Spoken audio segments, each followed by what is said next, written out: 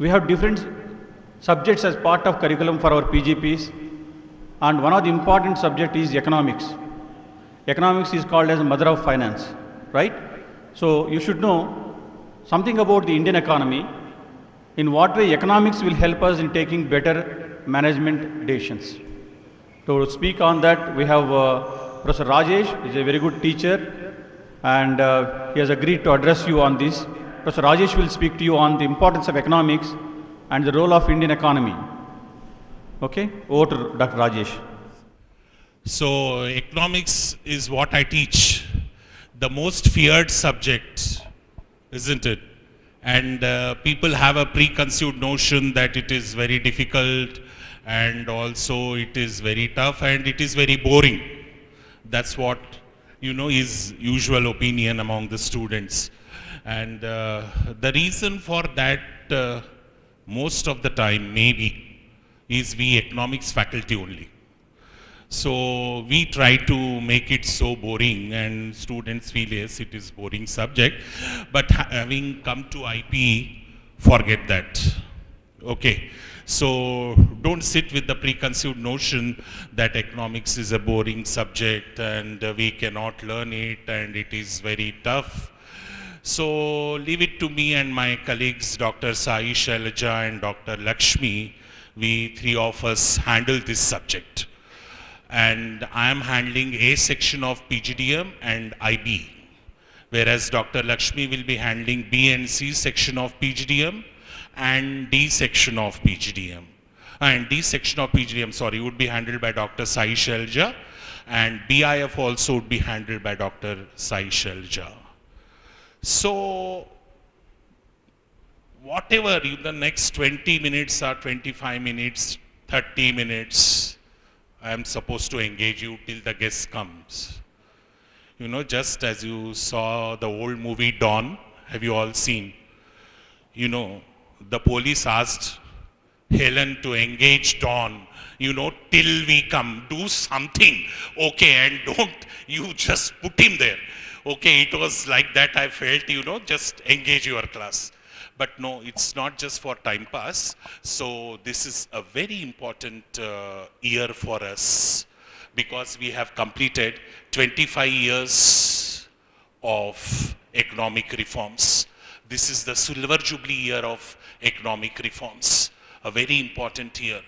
So many of you are engineering graduates, I am sure. How many of you? Please raise your hands. A significant portion. So it becomes necessary for you to know, some basics of economics. Of course, the first year economics is what is called as managerial economics, or economics for managers. The first semester, that trimester that you have, and that is basically firm level economics. Micro, as you understand, micro is small. The firm level economics, and in the second trimester you have macroeconomics, the bigger picture. See, you keep hearing about GDP, you keep hearing about inflation, interest rates falling, rising, coming down.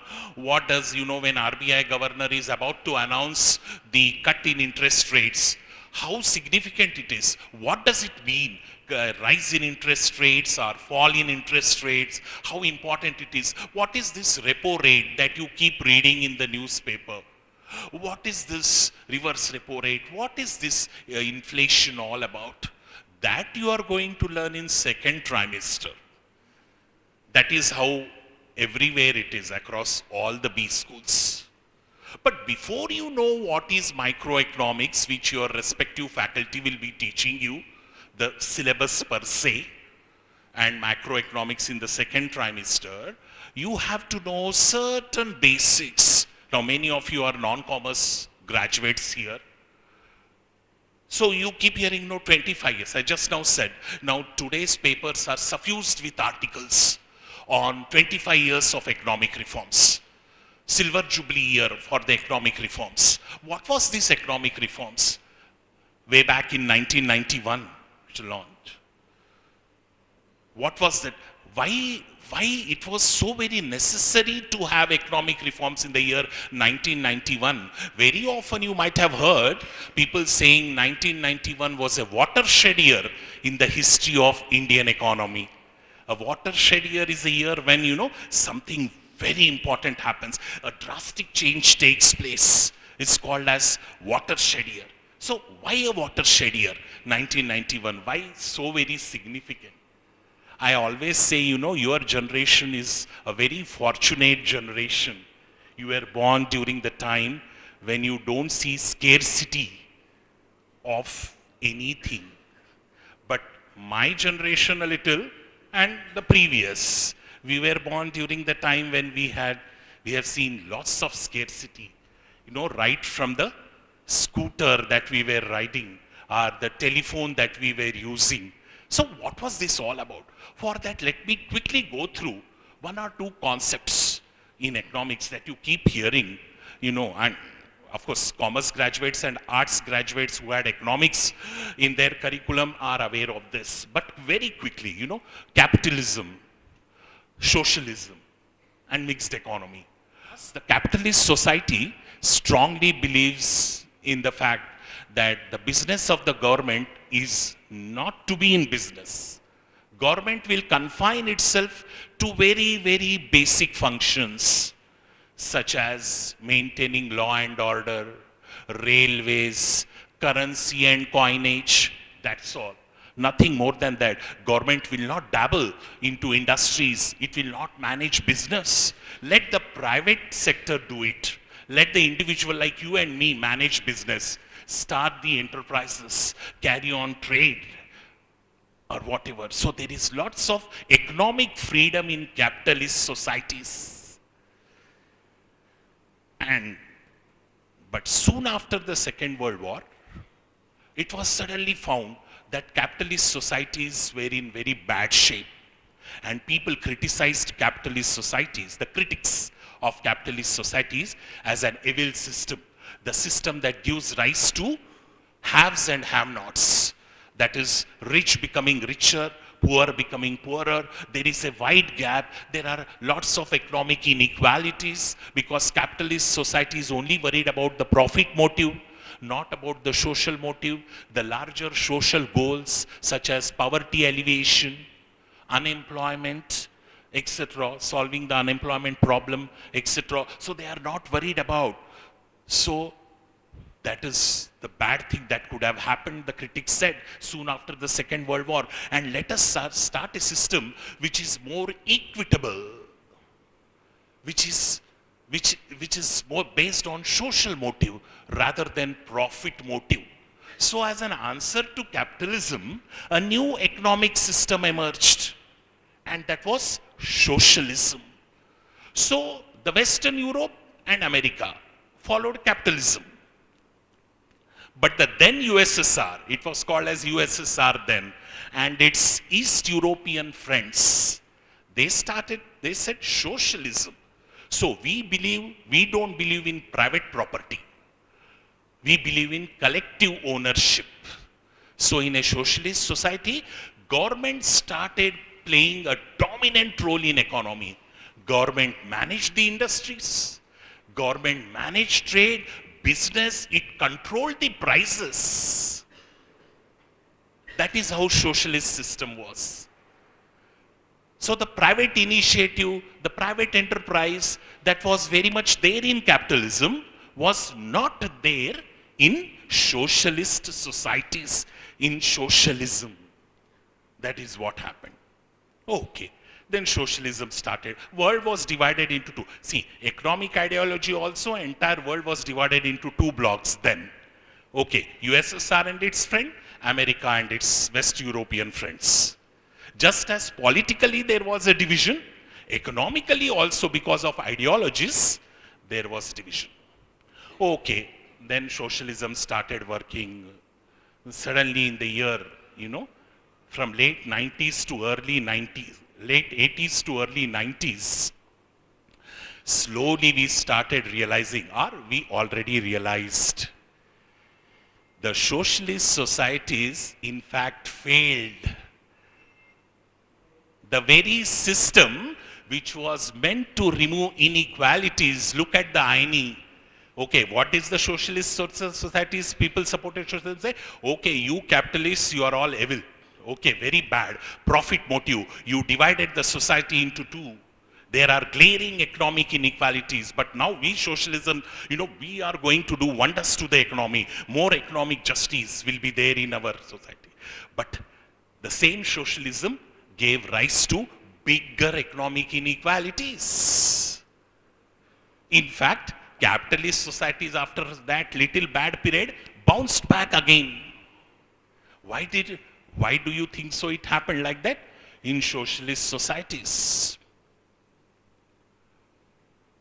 So in capitalist societies, although yes, the private individual, okay, he was but here in socialist society, because of lack of economic freedom, everything was in the hands of the government.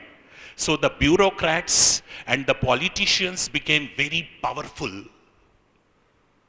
They used the system so much so that it became to their advantage, and much more inequalities.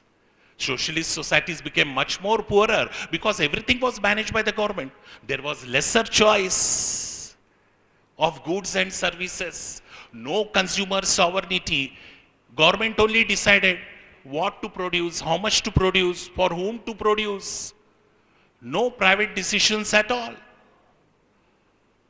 Then India and its friends, they said, we take best of the features of capitalism, best of the features of socialism. Capitalism was there.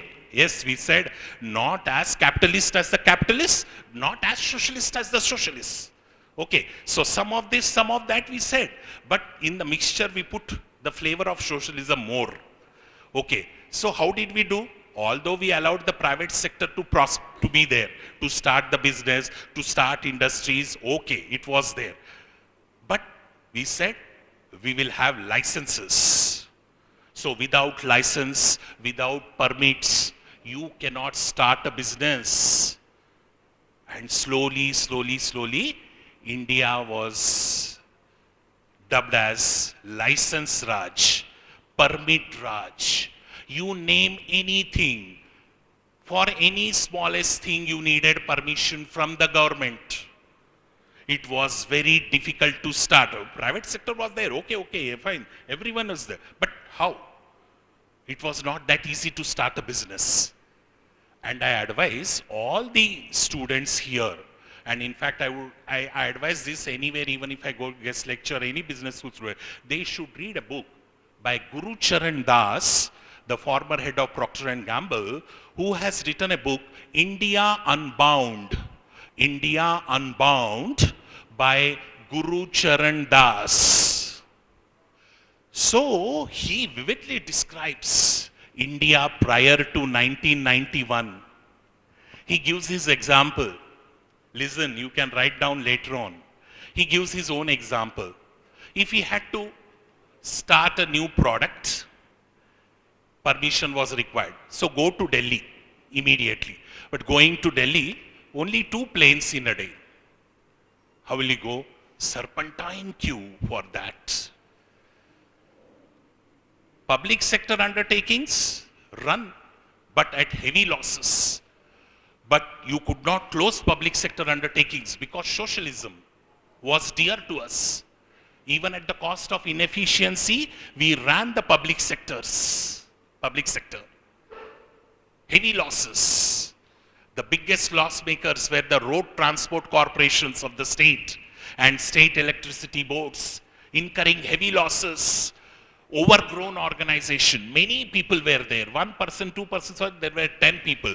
But there was no performance measurement, efficiency, nothing. No performance. You perform or don't perform, your job was intact. So, the foreigners who wanted to do business in the country said no to that country. No, we will not go. Because for everything, you need a license, you need a permit. Yes, license Raj, permit Raj, we won't go. And you as consumers, now, as I told, now I will come to the point, your generation is lucky. We had to book a scooter 1 year after that you would get your scooter. Okay, and that was scooter that time. Bajaj, Vespa, and in four-wheelers also, you had hardly any choice. Ambassador, Fiat, telephone, landline, 1 year it will take for you to get. And how is the telephone? Local call also, very difficult. You had to shout sometimes on the top of your voice. That's why I say, during our time, if we had to tell our beloved I love you, it's very difficult. Okay, because we had to shout. Her parents might hear, our parents also might hear. Okay, so it was very difficult. Now you see, right when your father is there, you can send a message to her. Okay, and he will not even come to know. Right? That's how you're fortunate. That's what, this is a joke on the lighter side, but to tell you right from the chips that you are eating, right from the restaurant where you are dining, are going to have lunch, okay, to the iPods and laptops and whatever it is, smartphones so much, before you were brushing the teeth, you were told that this is in fashion. After you completed brushing your teeth, you said it is out of fashion. Okay, so fast, that is how it has become. Now aeroplanes, okay, that's what I told Guru Charan Das. He said he wanted to quickly go and meet the then Prime Minister Indira Gandhi, but only 2 planes were there to go to Delhi. He had lots of money in his pocket to shell out for ticket, but there was no ticket only. There was only 2 planes were there. But now you say, so what happened then? That's why in 1991, we embarked on economic reforms. We opened up our economy. What we call it, market economy. Some terms you have to know. Market economy, very often you hear, what is market economy? An economy in which the prices are determined by forces of demand and supply. The demand and supply forces will determine what will be the prices. The government will not interfere in pricing. Okay, it will not sit tightly on the prices as used to happen prior to 1991. What was called as famously APM, Administered Price Mechanism.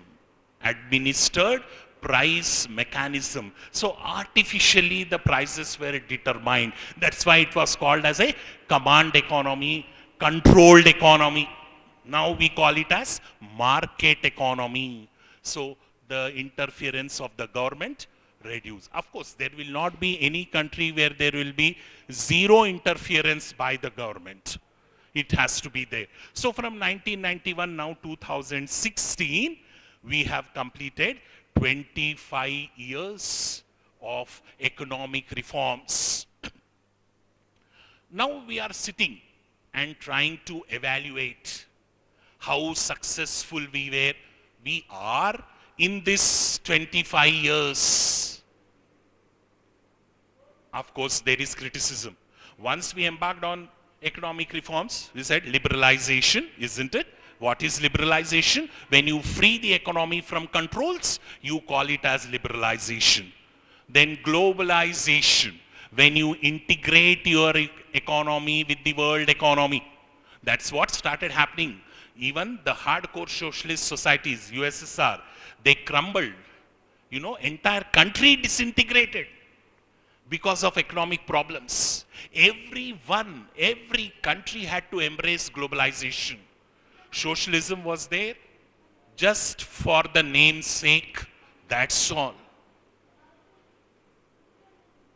So now we are evaluating 25 years what has happened. Okay, you can speak for it, you can speak against it. One thing you could say, in these 25 years now, you have wide choice of consumer goods. For any brand, the clothes that you wear, the cool drinks that you drink, anything, a wide choice. During our time, going to hotel was a very big program. A very big program. Since 15 days, parents would fix, children excited. Okay, it was a luxury going to hotel even for a little upper middle class, mind you. Now what do? You have just gone like that for walking, strolling somewhere, shopping. Oh, you entered a 5-star restaurant on a Saturday or Sunday, you see, right from the push cart that sells chaat till the five-star hotel, everything chock-a-block with people. As if on Saturday, Sunday, no one is cooking. Okay, no one is having food at their home because disposable income, what you call, you learn this in it, the income in your hands has grown. You are able to spend more because economy has grown.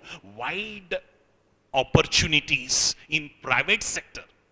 Again, during our time, government, do government job. Okay, parents said government job. Come on, sit for the competitive examination. So read. Civil services, examination are state level. We used to read bank exam, right? Very few vacancies. Okay, that's what. But now private sector has opened up. So much. So wide opportunities. That is one side of it. But the critics will never spare it. Now see what has happened. Brexit, have you heard about it? Britain has exited from European Union.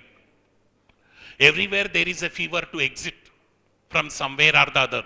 So people have started questioning globalization. Globalization has failed. Okay. You talked about globalization 25 years back. You said that is the best thing that has happened. But now it has failed, you say, because it did not satisfy the aspirations of many people. So should we go back to the days and shun globalization?